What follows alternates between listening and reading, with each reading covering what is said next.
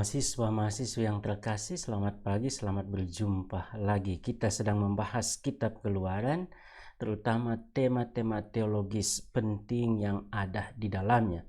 Minggu lalu kita sudah melihat dan membahas tema teologis yang sangat penting, itulah Perjanjian Sinai, yang mengikat secara istimewa relasi atau hubungan antara Tuhan Adonai dengan Israel sebagai satu bangsa yang telah Dia bebaskan dari rumah perbudakan Mesir dan Dia tuntun bersiara menuju tanah terjanji, dan sekarang mereka sudah sampai di Gunung Sinai, dan di sana terjadi peristiwa di mana hubungan itu secara istimewa diikat lewat satu perjanjian, sehingga kita menyebutnya sebagai Perjanjian Sinai. Kita sudah melihat beberapa poin penting dari perjanjian ini. Pertama, kita lihat hubungannya dengan perjanjian yang telah diikat oleh Tuhan dengan leluhur Israel, khususnya dengan Abraham. Kemudian kita sudah lihat aspek penting lainnya, itulah hukum yang menyertai perjanjian ini. Ada hukum utama di sana, itulah Dekalog, dan kita kenal dengan 10 perintah Allah. Dan kita juga sudah melihat bagaimana perjanjian ini diratifikasi lewat Musa di kaki Gunung Sinai, sebagaimana tercatat dalam Keluaran bab 24. Nah, pada kesempatan ini kita akan melihat dua aspek penting dari perjanjian ini, sebagaimana yang tertulis dalam Kitab Keluaran mulai dari bab 24 sampai dengan 40. Di sana kita akan lihat pertama adanya perintah atau instruksi dari Yahweh kepada Musa untuk mendirikan tabernakel, atau juga kita kenal dengan nama tabut perjanjian. Lalu kemudian kita akan lihat bagaimana perjanjian istimewa ini dilanggar oleh bangsa Israel, dan karena itu perlu dibaharui. Baik, pertama tentang tabernakel. Aspek perjanjiannya, dia punya peran bagi perjanjian ini. Bagaimana bangsa Israel mampu dan bisa menegakkan ibadat mereka, menjaga relasi suci mereka dengan Tuhan, dengan Adonai, itu ditopang dengan adanya tabernakel. Baik, setelah ratifikasi perjanjian selesai, Musa kembali naik ke puncak Gunung Sinai. Dia tinggal di sana selama 40 hari 40 malam. Di sana dia masih mengalami peristiwa teofani, dan dia menerima petunjuk pendirian tabernakel. Kita terjemahkan juga dengan tabut perjanjian. Dan tabernakel ini juga sering dirujuk dengan nama kemah pertemuan atau tempat kudus, sanktuari dalam kitab Keluaran. Dan tabernakel ini akan menjadi representasi Sinai sebagai kediaman Tuhan di antara umatnya Israel. Lihat dalam konteks inilah tabernakel memiliki fungsi dan peranan yang luar biasa penting, dan itu ada hubungannya dengan perjanjian, dengan relasi istimewa antara Tuhan dengan Israel. Kata tabernakel bahasa Ibraninya miskan, artinya tempat berdiam. Kata ini sebenarnya muncul pertama kali dalam Keluaran bab 25 ayat 9. Dan dia memang berasal dari kata kerja saken yang artinya berdiam. Tapi berdiam ini tidak punya makna pasif sebenarnya. Dia punya makna dinamis. Lebih mengandung aspek atau konotasi bergerak dinamis daripada terikat secara tetap pada satu tempat atau lokasi. Kata tabernakel dalam bahasa Inggris adalah terjemahan dari kata Latin tabernaculum, artinya tenda. Jadi kalau kita dengar tenda, maka kita tahu tenda itu memang adalah tempat tinggal, tempat tidur, tapi dia berpindah-pindah, tidak terikat pada satu tempat. Sehingga ada aspek dinamis dari tempat diam ini. Aspek dinamis ini tentu kita bisa mengerti dalam konteks atau latar belakang perjalanan ataupun kehidupan orang-orang nomaden. Orang Israel juga mereka sementara bersiarah, mereka bergerak, berpindah dari satu tempat ke tempat yang lain, dan mereka mendirikan tenda-tenda, membongkarnya dan melanjutkan lagi perjalanannya. Orang-orang dalam perjalanan jauh atau masyarakat nomaden memang memiliki tenda sebagai tempat tinggal mereka, tempat berdiam, tetapi tentu tidak terikat pada satu lokasi saja. Nah, sebagai bagian dari teofani, pemberian instruksi dan pendirian tabernakel memiliki dimensi perjanjian. 3 hal penting yang saya kira patut kita garis bawahi adalah: pertama, instruksi pendirian tabernakel ini diberikan oleh Tuhan dalam kemuliaannya. Artinya apa? Artinya tempat kudus ini bukanlah buatan manusia, tetapi buatan ilahi. Kemuliaan Tuhan hadir, tinggal di sana. Baik, kemudian hal kedua, tabernakel ini dimaksudkan sebagai tempat untuk menyembah Tuhan. Ia berfungsi sebagai representasi Sinai yang bisa dibawa selama perjalanan menuju tanah terjanji. Jadi Gunung Sinai memang adalah gunung suci.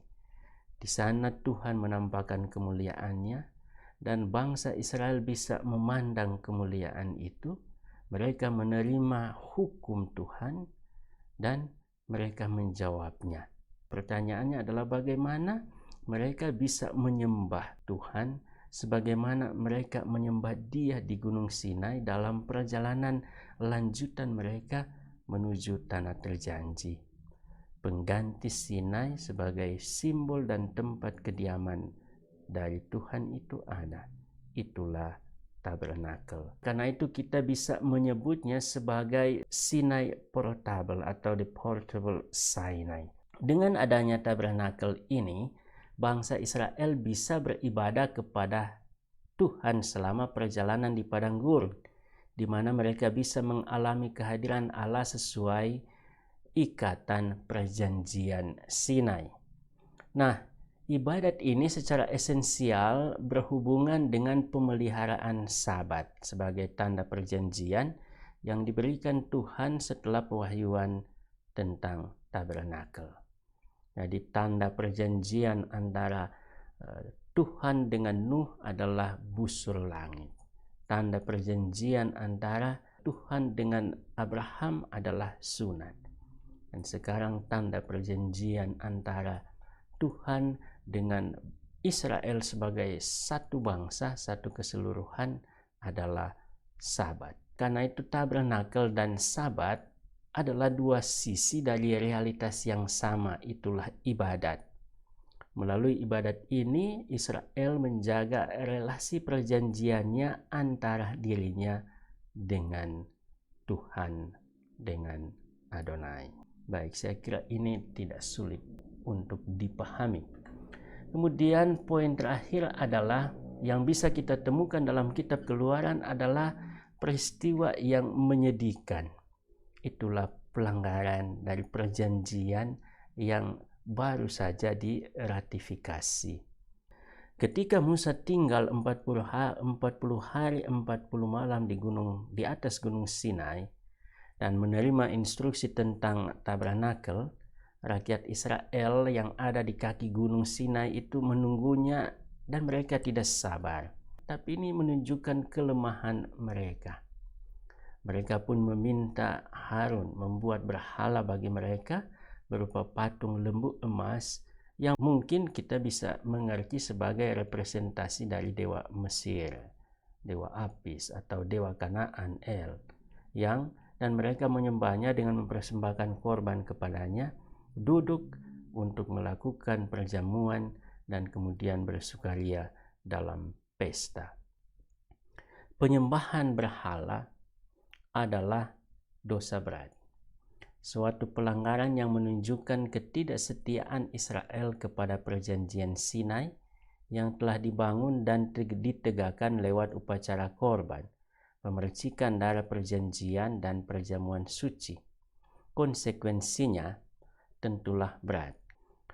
Allah sendiri bersabda, "Telah kulihat bangsa ini dan sesungguhnya mereka adalah suatu bangsa yang tegar tengkuk. Oleh sebab itu biarkanlah aku supaya murkaku bangkit terhadap mereka dan aku akan membinasakan mereka. Tetapi engkau, yaitu Musa, akan kubuat menjadi bangsa yang besar." Dari perspektif perjanjian, sabda ini sebenarnya bukanlah ekspresi dari keinginan atau nafsu balas dendam, tetapi adalah penegakan dari komitmen perjanjian lewat darah yang di satu pihak bisa dimengerti sebagai simbol kematian akibat ketidaksetiaan pada perjanjian. Tetapi Musa melunakkan hati Allah dengan mengingatkan kembali pada sumpahnya kepada Abraham. Jadi meskipun demikian, ternyata kalau kita baca dalam kitab Keluaran ini, itu reaksi Musa terhadap dosa orang Israel ini amat keras. Mungkin setelah dia menyadari betapa seriusnya pelanggaran mereka, betapa beratnya itu dosa penyembahan berhala. Dalam amarahnya dia memecahkan 2 loh batu di mana Dekalog itu tertulis. Tindakan Musa ini bisa dimengerti sebagai simbol putusnya relasi perjanjian Sinai. Jadi pelanggaran itu memutuskan relasi ini. Dia kemudian mengambil lembu emas itu, membakar dan menggelingnya, menaburkannya ke dalam air, lalu meminumkannya kepada orang Israel yang telah berdosa besar itu. Suasana di kaki gunung Sinai itu menjadi kacau balau. Bangsa Israel bahkan digambarkan seperti kuda terlepas dari kandangnya, liar, tidak teratur, tidak bisa diatur, tidak taat kepada Tuhan. Dalam kekecauan itu kaum Lewi, para imam, tampil menjadi pembela perjanjian dengan memihak Tuhan dan Musa. Mereka membunuh kira-kira 3.000 orang yang disinyalir sebagai para pemimpin penyembahan berhala itu. Jadi dengan tindakan ini kaum Lewi, menurut narasi Keluaran, dengan tindakan ini kaum Lewi sebenarnya mentahbiskan diri mereka pada pelayanan kepada Tuhan, kepada Adonai. Mereka mendapatkan status imamat sebagai pelayan Tuhan yang membela dan menegakkan perjanjian Sinai dan perintah pertamanya, terutama perintah pertamanya, "Jangan ada padamu Allah lain di hadapanku." Lalu Musa kembali naik ke puncak Sinai. Dia naik untuk apa? Untuk memohonkan pengampunan bagi bangsa Israel yang telah berdosa. Mereka yang belum dihukum, yang belum mati, terbunuh waktu itu. Permohonan ia buat dalam bentuk mediasi pengorbanan diri dengan menyerahkan hidupnya bagi pengampunan dosa bangsa Israel. Tetapi tawaran pengorbanan diri dari Musa tidak diterima oleh Tuhan.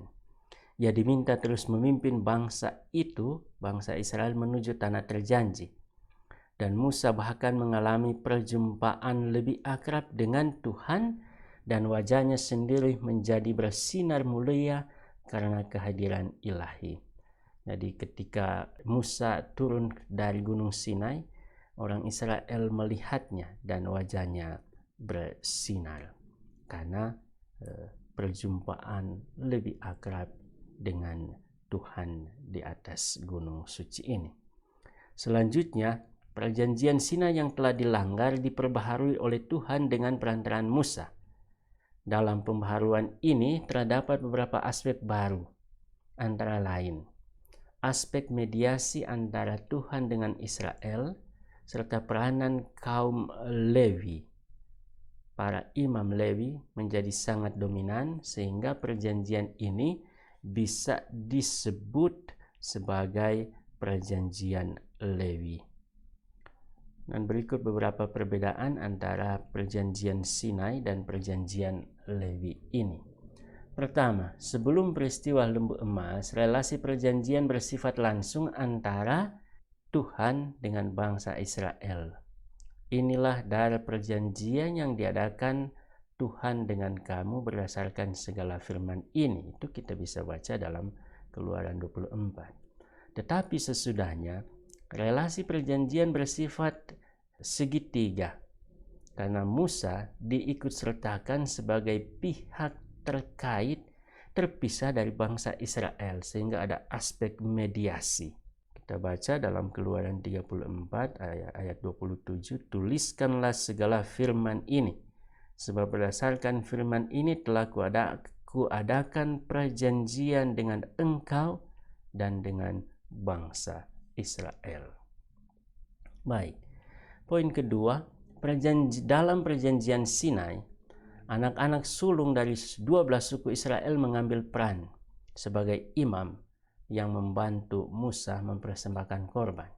Sementara dalam perjanjian ini, perjanjian Lewi, kaum Lewi lah yang mengambil peran imam ini. Kemudian perbedaan ketiga adalah sebelum peristiwa lembu emas, hukum dan peraturan singkat dan bersifat dasar. Keluaran bab 20 sampai 23.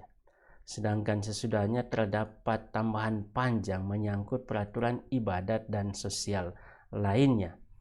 Tidak hanya tertulis dalam kitab Keluaran, tapi juga dalam kitab Imamat. Di sana kita bisa temukan aturan-aturan tentang ibadat. Kemudian poin selanjutnya adalah sebelum peristiwa lembu emas, hukum ditulis oleh jari Allah. Sedangkan dalam perjanjian ini, perjanjian Lewi, hukum ditulis oleh Musa sendiri. Setelah perjanjian selesai diperbaharui, berlangsunglah pembuatan tabernakel sesuai dengan instruksi yang telah diterima oleh Musa. Loh batu yang bertuliskan hukum perjanjian ditempatkan di dalamnya. Jadi Musa diperintahkan untuk mengambil 2 loh batu yang baru dan dia menulis hukum itu.